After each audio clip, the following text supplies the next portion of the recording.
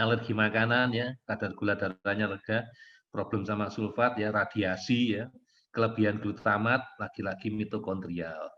Jadi kalau kita baca itu Bapak Ibu, banyak masalah-masalah yang sama. Begitu anak kita terapi, katakan kita kasih vitamin sama mineral yang lengkap aja ya, hampir semua masalah ini teratasi gitu loh. Ya, tinggal nanti kalau belum apa dok, ya cari yang belum yang mana. Ya, yang ini, dok kalau irritable dok, anaknya sensi agresif dok, ya ini loh. Mungkin dia punya rasa sakit, ya, yang disebabkan karena apa? Gangguan di pencernaan, sakit kepala atau migrain, memang suka mukul-mukul kepalanya dia.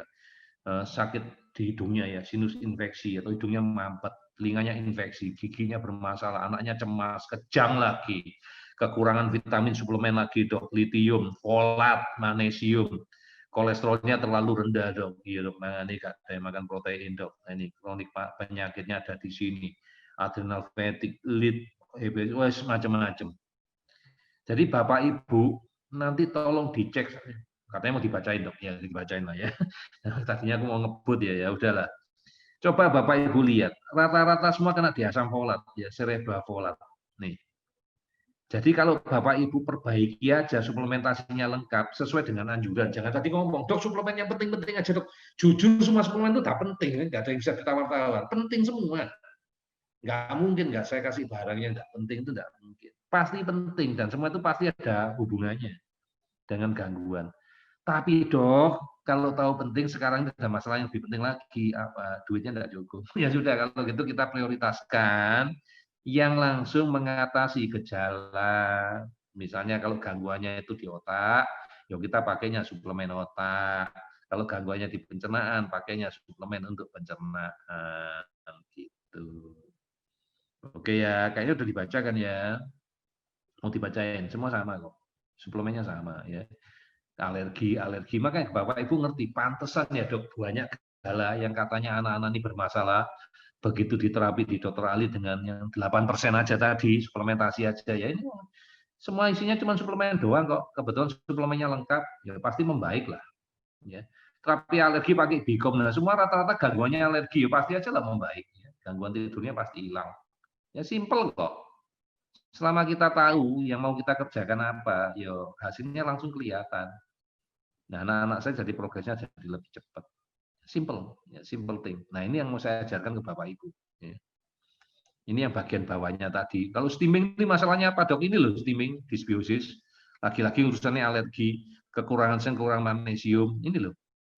Kalau ekolalia, nah tadi ada yang nanya toh, dok anakku ekolalia ini loh, anakmu mungkin alergi. Nah, kamu terapi belum? Ya. Anakmu kekurangan suplemen ini loh. Kalau picky eating loh, ini loh masalahnya. Ya.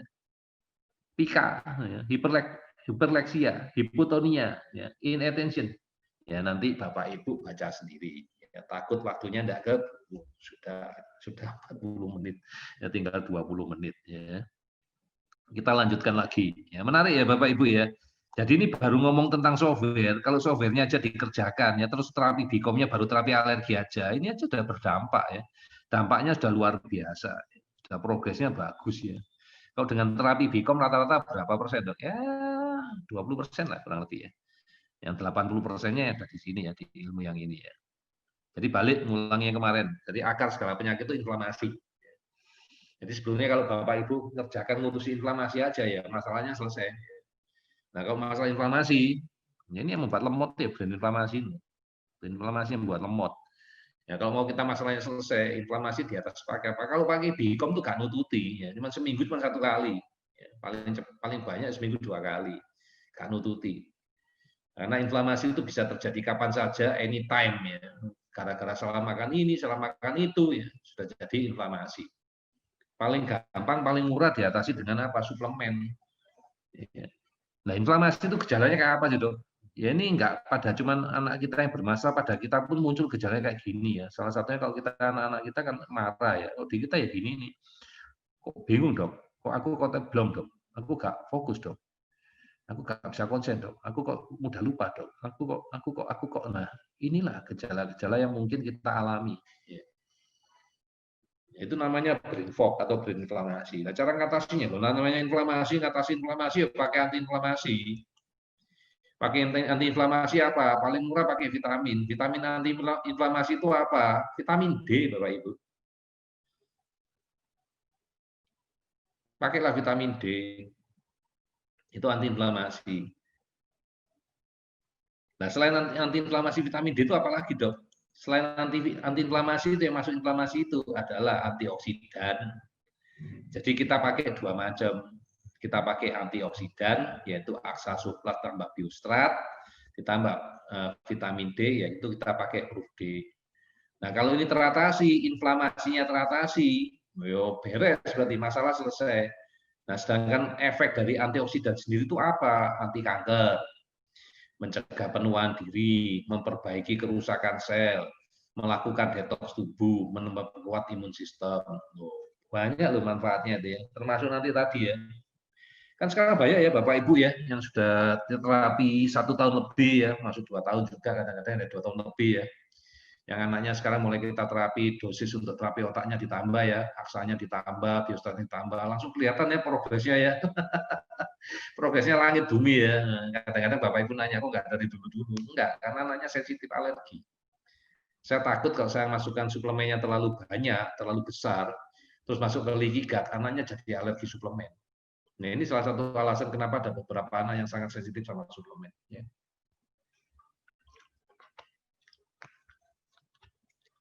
Oke, kita lanjutkan ya. Bapak Ibu udah tahu ceritanya ya dari yang kemarin ya, bisa nonton videonya ya.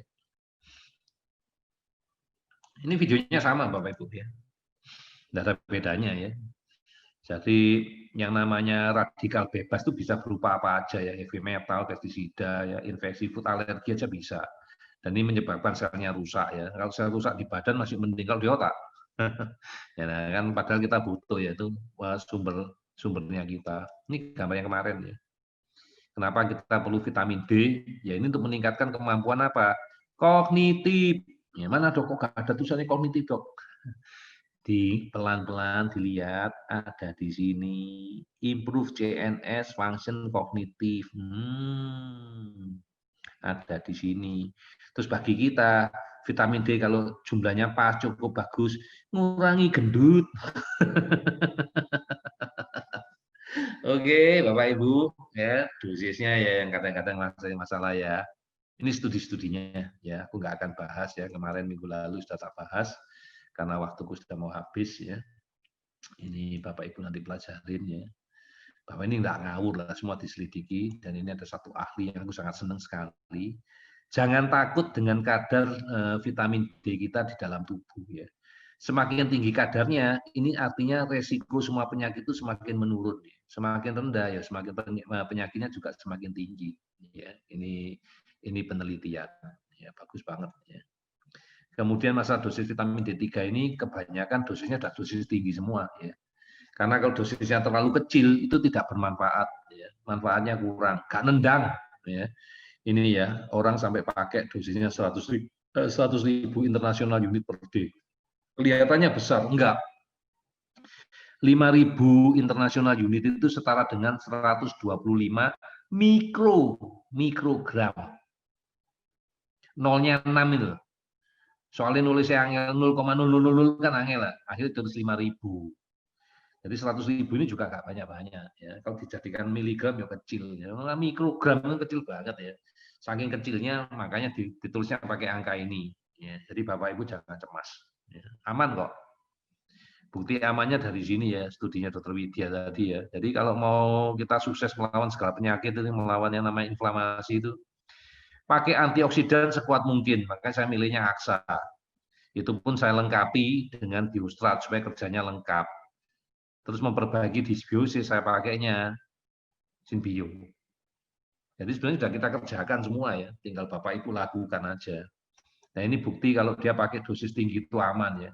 Jadi dia bilang dosis 50.000 ya, itu setiap hari selama setahun aja belum tentu nanti beracun buat kita gitu loh. Ya, ini diterapin dia pakai dia bagi-bagi untuk terapi COVID ya, dosisnya sampai 50.000 per hari. Nah, vitamin C-nya itu 1 gram per jam sampai selama kita bangun, bayangin. Ya, vitamin A-nya dosis tinggi. Ngomong-ngomong, vitamin A-nya sudah siap di tempat saya Bapak Ibu ya. Ini datanya lagi kita cross check, ya, minggu depan sudah pasti kita kirim ke cabang ya. Bagi orang tua yang terapi jarak jauh dan masih membeli suplemen lewat Mata Hati, nanti akan saya hubungin. Ya, saya akan menghubungi ya, karena kan namanya ada di saya, akan saya hubungin. Nanti akan dikirimkan bareng dengan pesanan suplemen. Ya. Karena kalau ngirim cuma 1 tablet gitu doang ya takut rusak ya, resiko rusaknya tinggi. Mau kita selipkan di suplemen. Kalau bagi yang terapi bikomnya di klinik akan dikasih di klinik, ya dikasih di klinik. Yang terapi jarak jauh akan dikirim barangkan suplemen.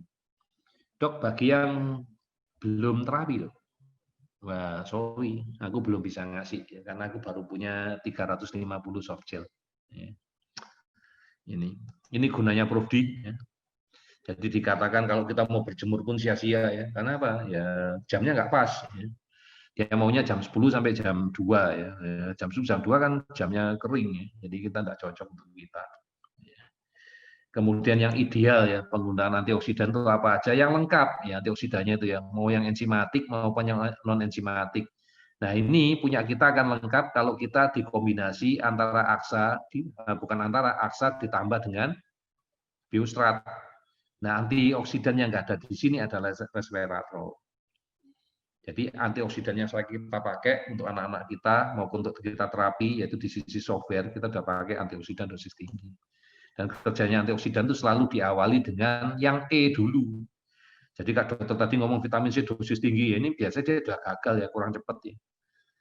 Jadi kalau kita kerja ya kerjanya lengkap ya, di mana-mana ada ya. Jadi semua ya ketutup ya, kerjanya lebih efektif. Antioksidan ya. Ini ya gunanya aksa ya. Jadi dia bisa untuk oksidatif stres, antiinflamasi, ya, memperkuat daya tubuh, ya detox, ya balance hormon ya. Nah, ini yang kita pakai untuk membantu memperbaiki ya kerusakan-kerusakan yang ada di hardware.